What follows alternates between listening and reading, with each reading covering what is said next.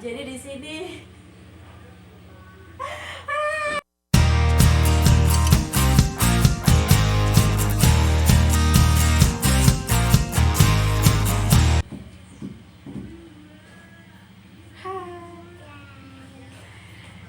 welcome back to my channel. Di sini aku mau cerita tentang pengalaman aku pertama kali punya anak.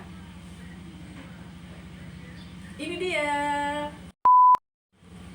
Jadi ceritanya tuh aku awal menikah dulu itu tahun 2017, tepatnya tanggal 31 Maret. Kemudian di rumah kegiatan aku ya kayak ibu-ibu rumah tangga pada umumnya lah ya. Tapi selain itu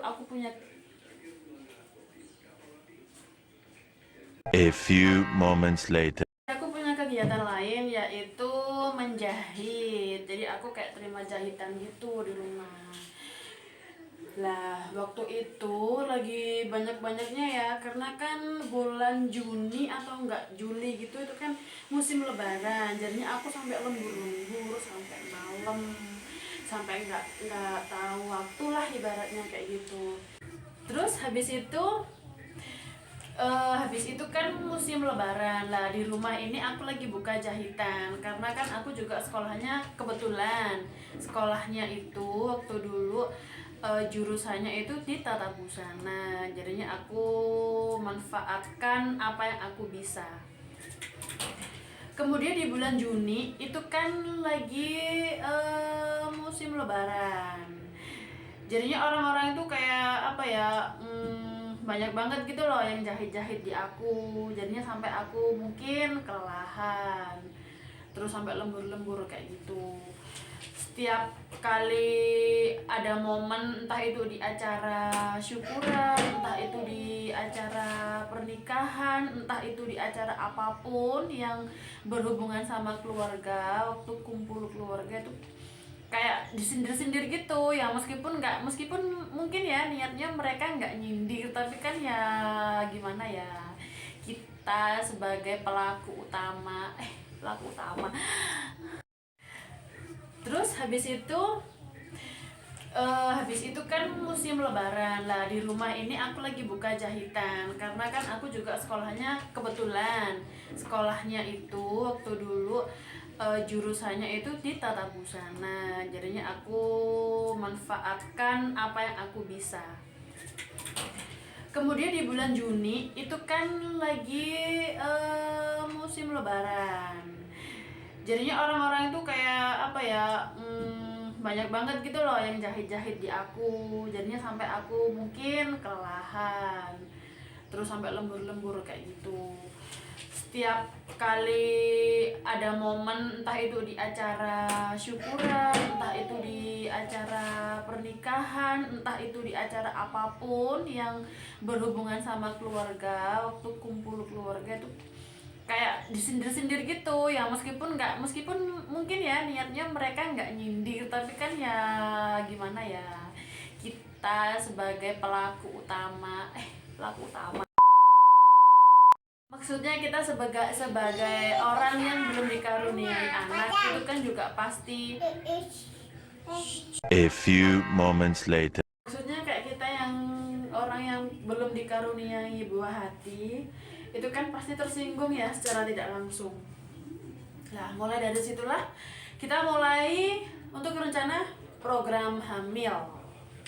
Program hamil di sini maksudnya enggak yang langsung ke dokter kandungan gitu, enggak, tapi kayak aku waktu pulang kampung itu juga dipijit, terus biasanya kalau pijit itu ditanya kan, iya kok ini subur gitu ya, alhamdulillah subur.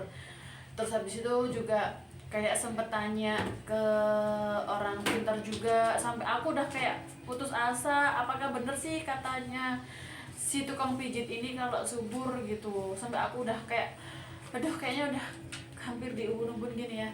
Itu tuh ya katanya orang juga sabar gitu aja. Terus abis itu juga pernah coba ke dokter kandungan itu juga di USG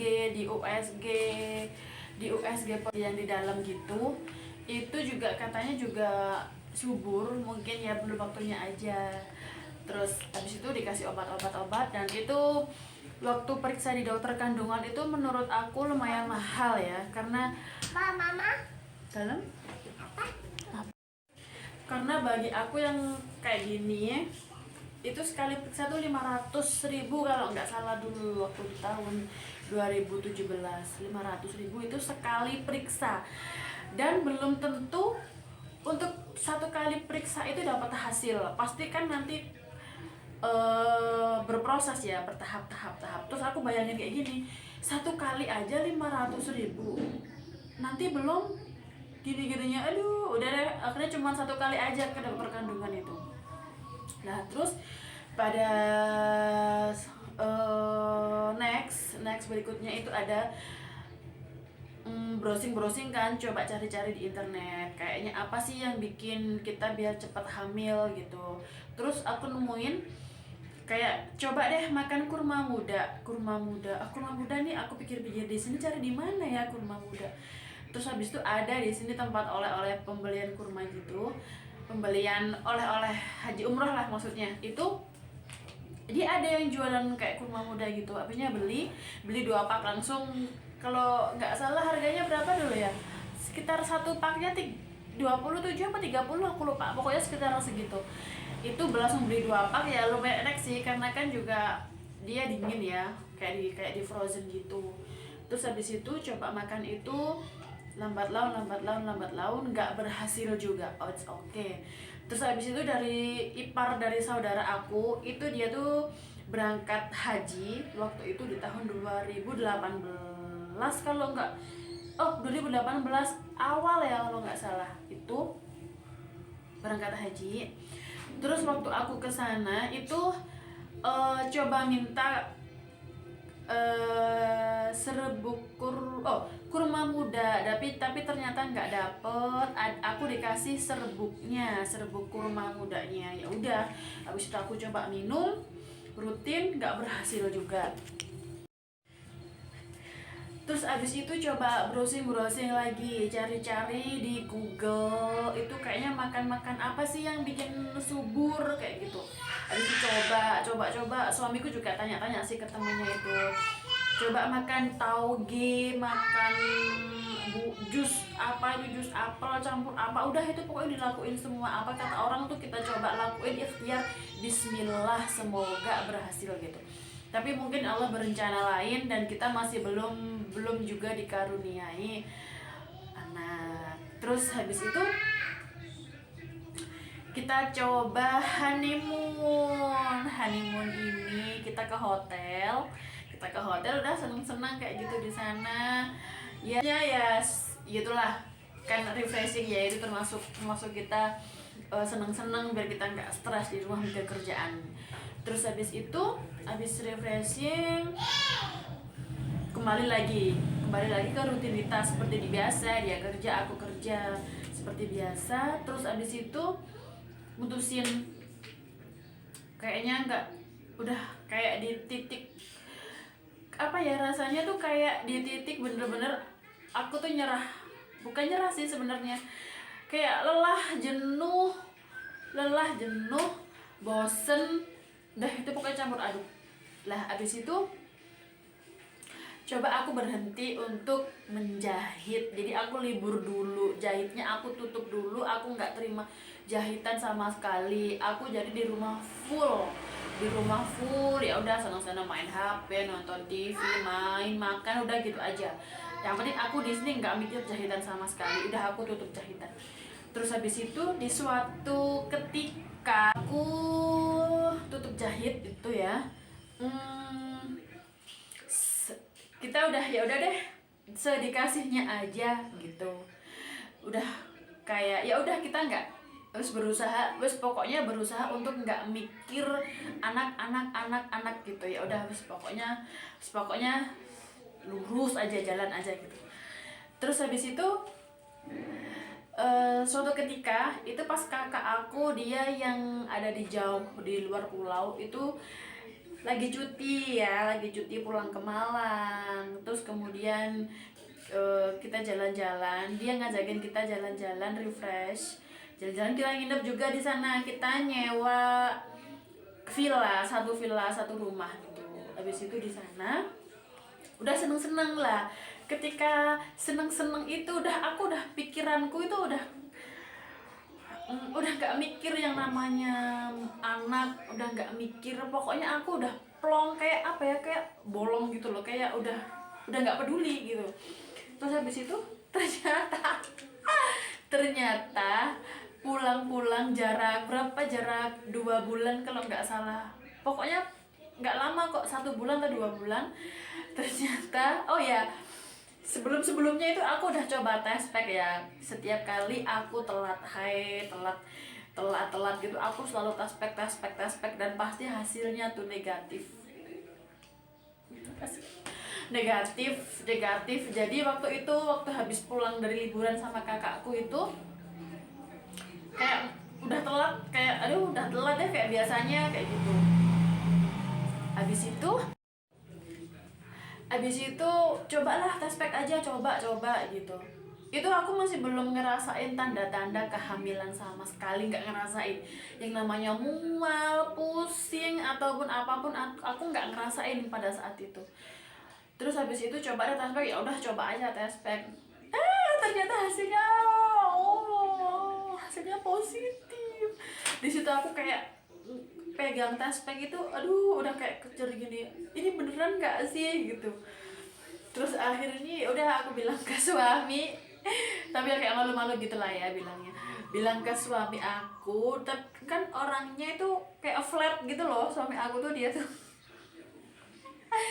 flat banget. Terus habis itu kan aku pengennya tuh dipeluk yang kayak terharu bareng gitu ya, tapi ujungnya tuh enggak, realitanya tuh enggak, realitanya itu ya udah dia ya udah senyum biasa gitu. Aku kan jadi kayak ya udah deh, ya wes gitu pokoknya. Terus habis itu kita semangat, ya udah ayo periksa gitu. Semangat periksa ke bidan, kita mau mastiin hasil dari tes pack itu apakah bener aku positif hamil atau enggak. Habis itu kita ke bidan kan dekat ya bidannya dari rumah itu. Periksa, ternyata pas di USG tuh memang ada kantongnya, dia masih kecil, kayak imut banget. Sekarang bukti-buktinya sih udah hilang sih ya, karena itu udah berapa tahun yang lalu. Terus udah beneran, ini beneran tak, aku dapat buku KIA itu kayak ini beneran tak, aku jadi ibu hamil. Aku kayak nggak percaya gitu loh. Ya iya, tapi aku kayak ngomong sama diri aku sendiri, karena aku nggak berani curcol sama suami ya, curcol sama diriku sendiri gitu. Ini iya nggak sih, iya gitu. Jadi kayak bertempur sendiri sama diri aku. Ya udah, habis itu kita jalani hari-hari seperti biasa. Terus lah habis kita periksa ke bidan, itu baru aku yang ngerasain tanda-tanda kehamilan. Aku mulai mual, aku mulai pengen ini pengen itu, mulai gitulah pokoknya. Habis itu udah deh lahir. Jadi anakku yang pertama itu jenis kelaminnya cewek. Jenis kelaminnya cewek itu dia udah terlihat pada waktu usia kehamilan aku 5 bulan, dan itu sampai 9 bulan itu juga cewek. Jadi teman-teman, itu secuplik cerita tentang gimana aku dapetin anak pertama. Dan ya semoga ini bisa membuat para ibu-ibu, mbak-mbak, para pengantin baru di sana ya, semoga aja sabar aja. Memang sih bener kata orang, nggak usah terlalu dipikir, nggak usah terlalu mengharapkan. Itu memang udah bener banget, aku percaya banget itu.